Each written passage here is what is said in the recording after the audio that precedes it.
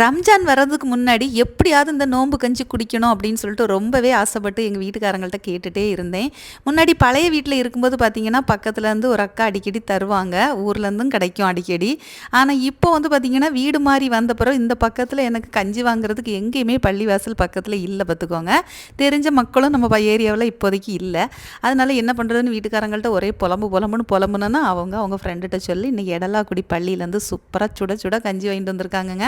முன்னாடியெல்லாம் திட்டுவள பள்ளியிலேருந்து அப்படி தூக்குவாளியில் அப்படி கஞ்சி நம்ம வீடு தேடியே வந்துடும். அந்த அளவுக்கு நமக்கு அங்கே வந்து ஊருங்கிறதுனால அக்கம் பக்கத்தில் நமக்கு தரதுக்கு ஆள் உண்டு. ஆனால் இங்கே அப்படி இல்லை பார்த்திங்களா, டவுனில் இருக்கிறதுனால சரி ஏதோ ஒரு வகையில் எப்படியோ எனக்கு யார் ரூபத்துலேயே வந்து இந்த கஞ்சி கிடச்சது ரொம்ப ரொம்ப சந்தோஷமாக இருந்தது.